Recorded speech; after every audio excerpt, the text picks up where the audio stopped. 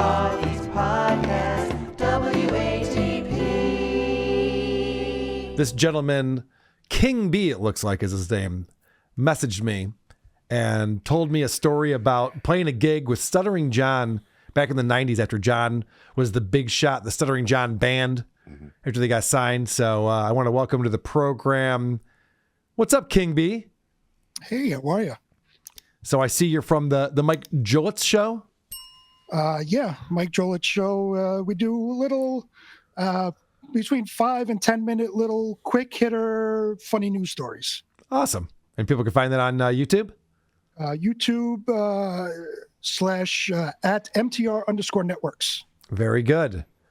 So you played in bands in the tri-state area in the 90s. Yeah. So I was watching your episode from, I guess it was last week, when he was on with the dude that drove him home. Nick Greystone of Primal Scream. There you go.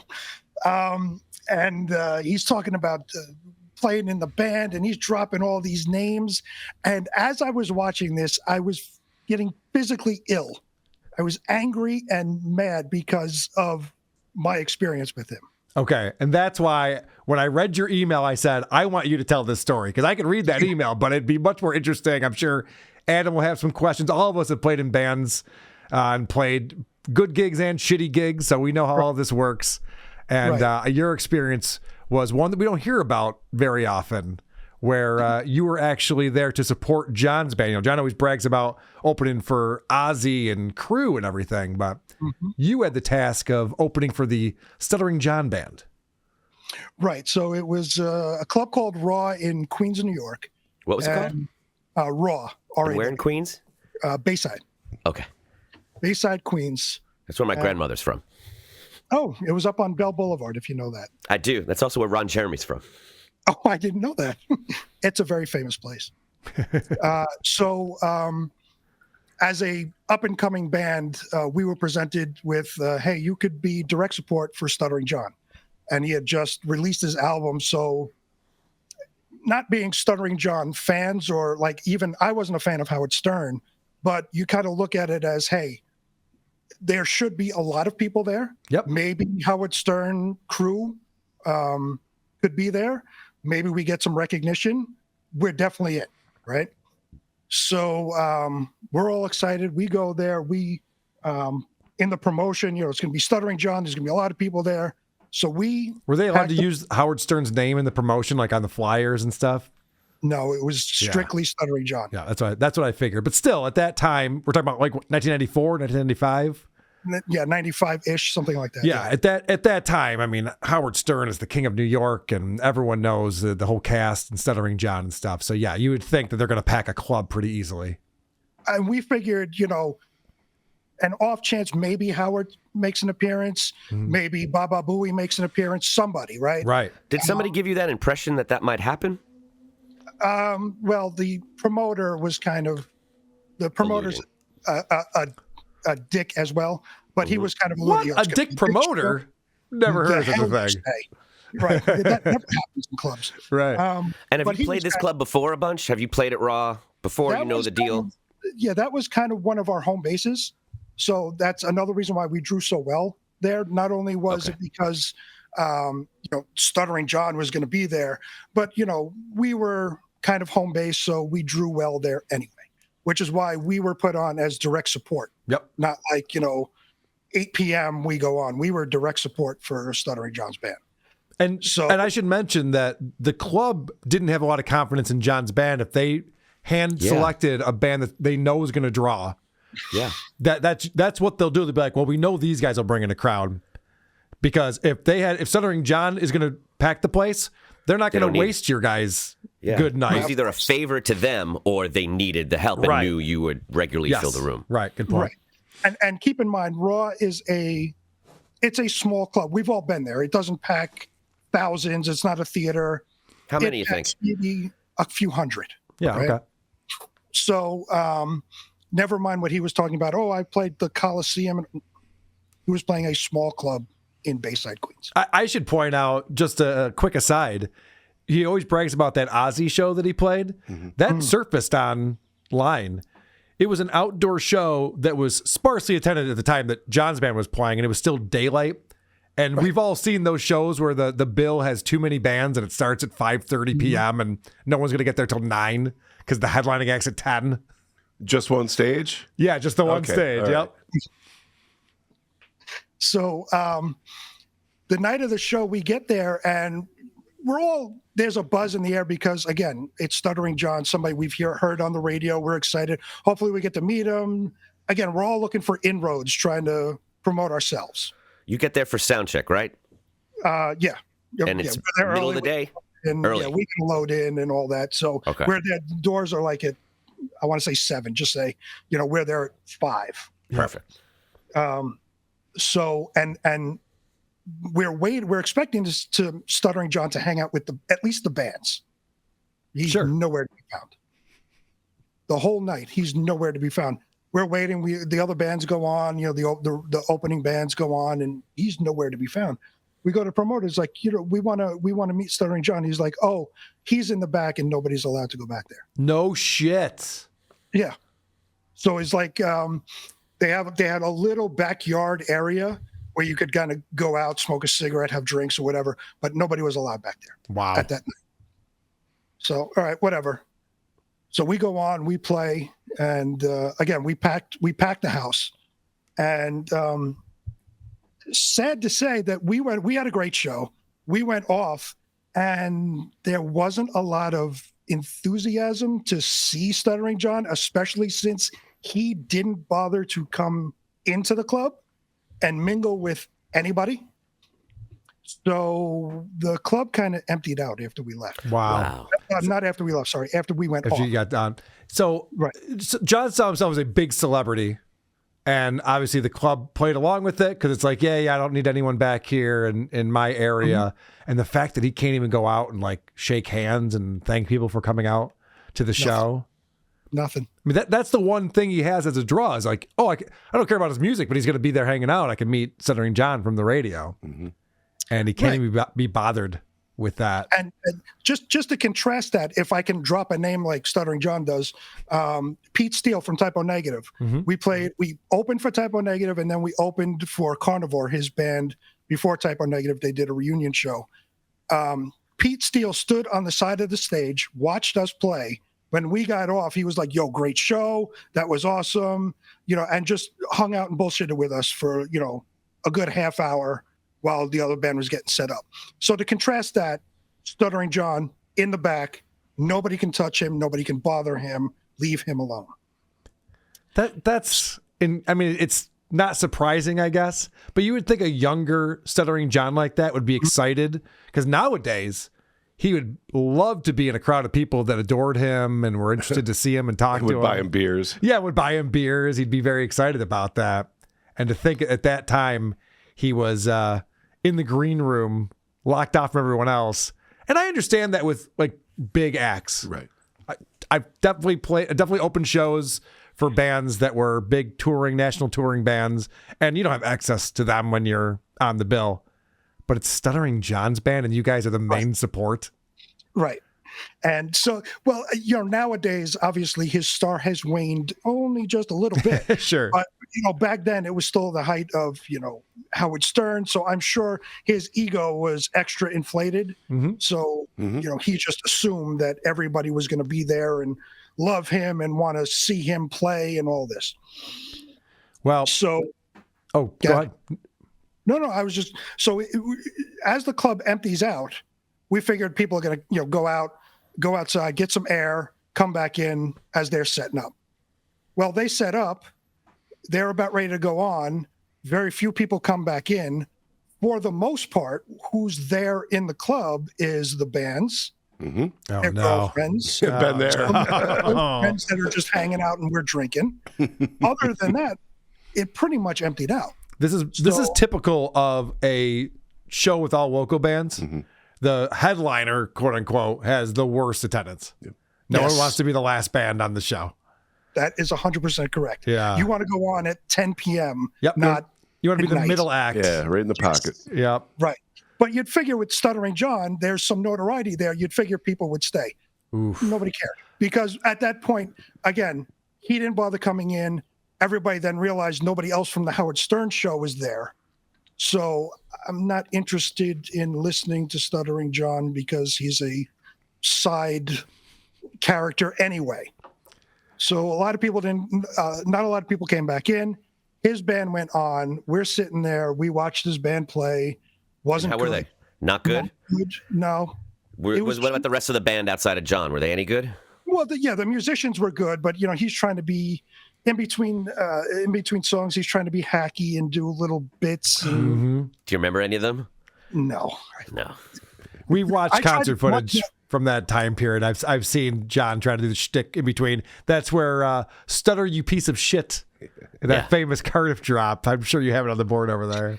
And it's interesting because at that show, it's very much what King B is saying here, which is that even when he does draw people, they're not fans, they're spectators. Right. They're going to see what's going to happen. They might end up liking the music, but usually halfway through, they just end up starting to heckle and create their own kind of fun. Right. Well, at this point, now it's getting late on in the night, and we're all tired, and we're waiting to get paid. Uh-oh. I don't like where this is going. Wait, hold on. They played for before you finish, they played for what, 40 minutes, an hour? Probably an hour, yeah. Did it get any thinner? Did it stay the way it was? Well, like I said, it was for the most part, it was the bands. So we all had to stay and Oh we my could God. get paid. Yeah. Our girlfriends and some friends of ours, and the other bands that were drinking. Some left, maybe a couple others, stragglers that were still outside came in. But for the most part, it was very, very thin. It's depressing. Yeah, I've been there. Right. We've all played gigs where there's 12 people in a big kind of area that could hold 300, but there's 12. Yeah.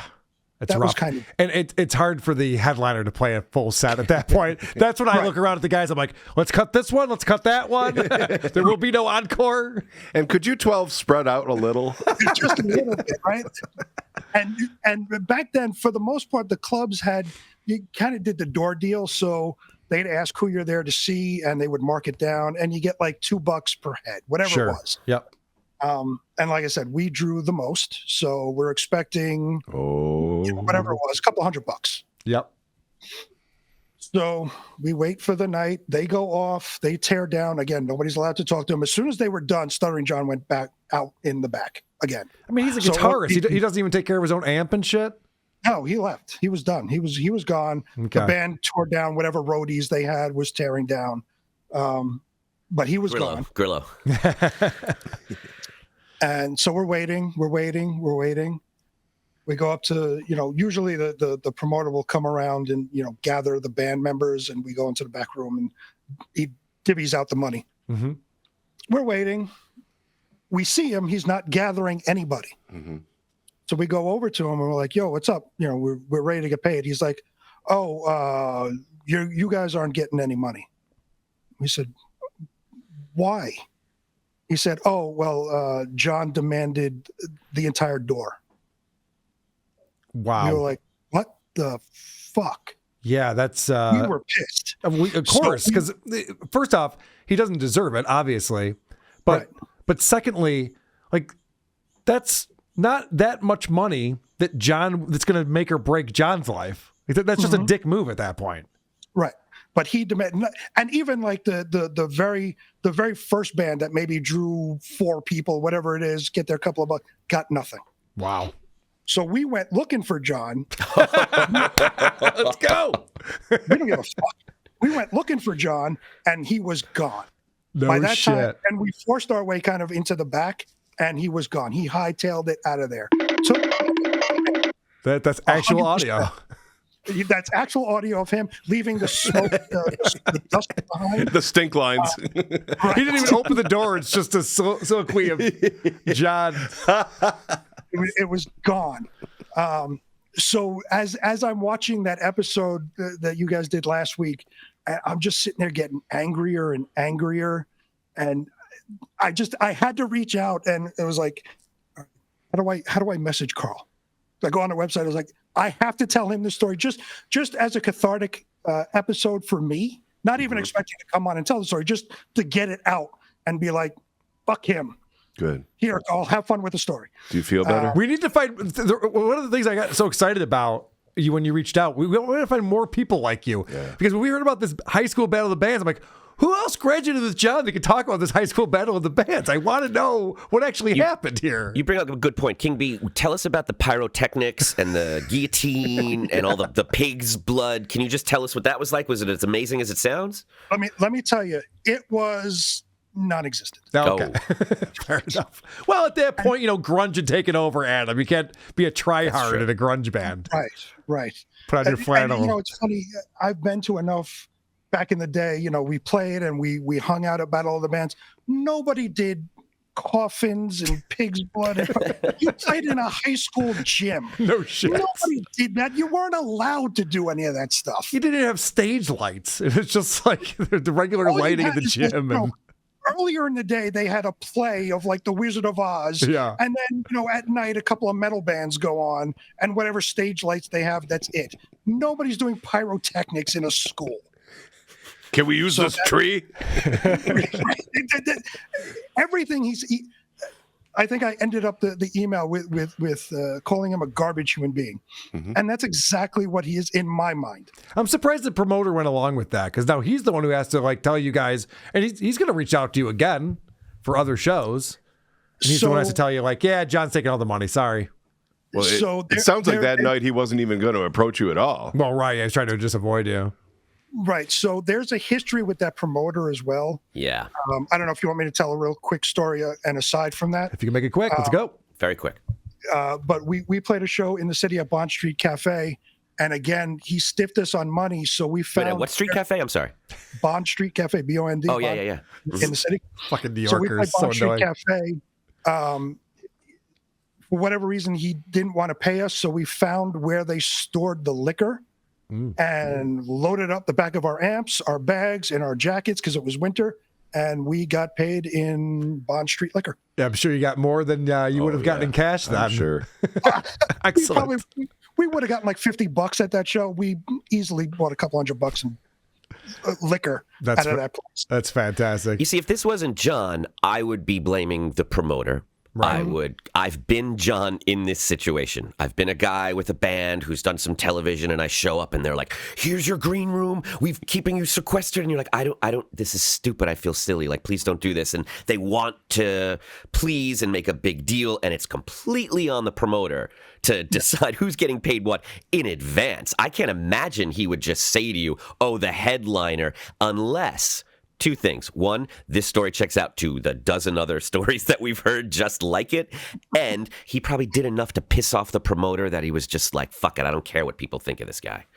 Yeah, it's very possible. But like you said, Adam, he wasn't really looking to tell us in the first place. We had to go seek him out. Interesting. And try to get paid. And that's when he told us John demanded all the door. Anyone else who's had experiences with John, if you were in the Stuttering John band, perhaps, or if you went to his high school, went to the Battle of the Bands, please reach out. We want to hear these stories. Paul Dooley, please give us a call. Yes, we want to hear these stories. Well, I have big news I want to announce right now. Speaking of John's interview on Primal Scream, Christian Blatt has reached out to him. Now, of course, we know Shuley reached out to him, and we wanted to get him on Point Dabble Point, and Nick said... Nah, I don't need to be a part of that. But Christian Blatt interviewed Nick Greystone. Wow. And that is premiering tonight on the Blattcast. So check that out at 9 p.m. Eastern, 6 p.m. Pacific. Blattcast YouTube channel. And I have a few clips here to wet our whistles for this interview. Now, Christian asked him about his knowledge of Howard Stern.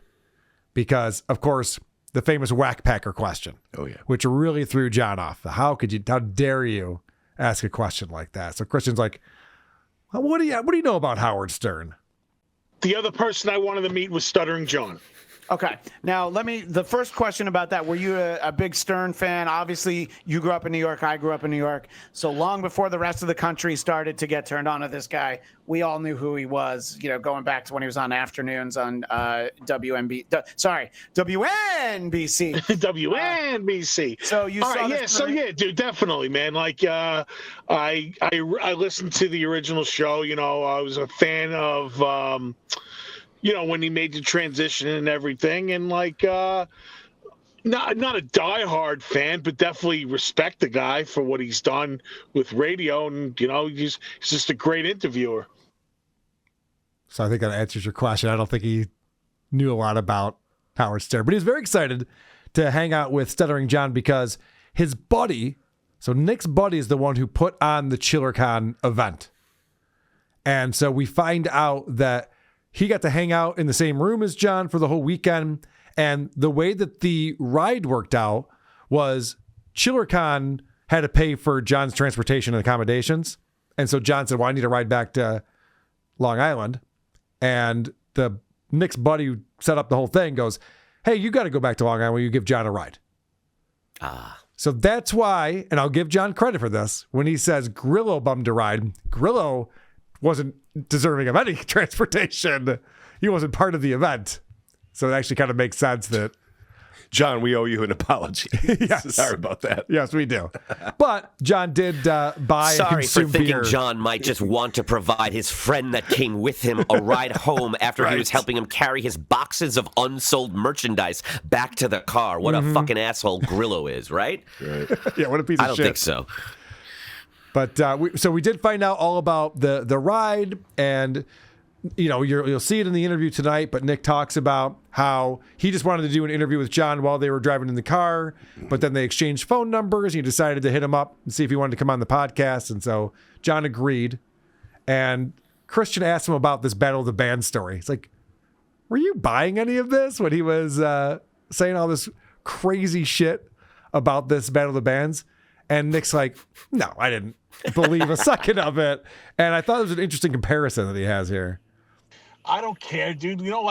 It's like Nikki Sixx, dude. Like, the way that I never heard of a fucking heroin addict ever keeping a diary, a very detailed diary of that on top of it. So, like, a lot of people say that his shit is bullshit. But you know what? I've already read 3 of his books about his diary, and I'll continue to do so because I'm a fan. And if John wants to tell me these fucking ridiculous stories about Stiff Minister, I want to hear it, man. What else you got? Good for you, brother. Like, that's awesome. It's weird that he equates it to Nikki Sixx's book, because I've read that book. Yeah. The Heroin Diaries or whatever it's called. And it's fantastic. It's not very detailed. Nikki Sixx wrote like a sentence or 2 every day. So it's not like this long, detailed thing. So I believe that is real, Nikki Sixx's diary. But Nikki Sixx also died twice. Right. Yes. John did not. I mean, that's what's so funny, that was what he came to in his head. He's just like, all these rock stars make shit up. It's like, no. He was talking about having an Alice Cooper show at his high school Battle of the Bands. It's very different than Nikki Sixx dating Prince's girlfriend and being afraid for his life. Anyway, I thought that was an interesting comparison. What South Park character does Nick Greystone look like right there? It's definitely a cartoon. It's their adversary in the World of Warcraft. Yes. Oh, look at that. The gamer guy. Yeah, gamer guy. And do you think he lives in that car? I think that car lives around him. There you go. He's wearing it. All right. So the question is about Shuli reaching out to Nick and why Nick didn't want to do Shuli's show. Furthermore, then I was hit up by Shuli to do his podcast, Sure. which in turn was going to be, from what I learned, From John. a rip fest into him, because I didn't even know that so many people had a disliking for Stuttering John. Dude. Obviously. Like, I don't get it. Like, Shuli has a fucking show with a couple of guys, and all they do is criticize everything he's done. Like, I feel like there's fucking mass murderers that don't get this much attention, bro. And like, he must have really did some nasty shit for them to do that. So like, I didn't want to be a part of that. Oh, I think I realize what's going on here. This guy's been bullied a lot. He's never been on the other side of it where we're just like, no, we're just some good-natured ribbing over here. Just letting people know that they're kind of silly. He's like, I mean, why are you focusing? This is like Stuttering John's argument about like George Clooney's more famous than me. Why aren't you guys paying attention to him? It's like, no. You don't understand. You're uniquely mockable. That's why we do. It's like serial killers are interesting. I do a show about them called The Creep Off, but they're not mockable. He's also the drinking buddy of the guy that runs ChillerCon. That was told, yeah, man, you can hang out in the green room with the celebrities, do your thing. I might ask you to, run some favors for me. And from all the people there, he had access to and made a connection with Stuttering John, which is what he wanted. He wanted to do something with a celebrity and have it help his podcast. So he does it. He wins. He becomes John's best friend. And now everyone's telling him, this is some bullshit, and you got to stay away from that guy. And he's like, come on! He's a great guy. This is one more clip, a little bit more on Shuli Agar and the crew. Yeah, just, you know what, man? Like, I felt like he came at me like it was nice and everything, but I felt like I was also putting myself up on the chopping block because it was buddy. But then I go on there and I started seeing some of the comments people were saying about me. So then I'm like, all right, now I'm going to go on there, and these people are going to fucking massacre me as well as John if I go on to the show, and it's just a no-win situation at that point. And I know my guitarist always says this, there's trolls on the internet, don't engage with them, but I fucking can't help it. Like, I have to. You know what that means, guys? We got to bully this guy. Everybody bully him. Kidding, of course. Nick seems like a very nice guy. He doesn't want to get involved in the Dabbleverse. I understand. But that's kind of heartbreaking because he has no self-respect, and he has no idea that what John did to him in that interview was a great example of the things people don't like about him. Correct. And if he looked back and watched it, I think he might see that and understand where everyone's coming from. Who are these podcasts?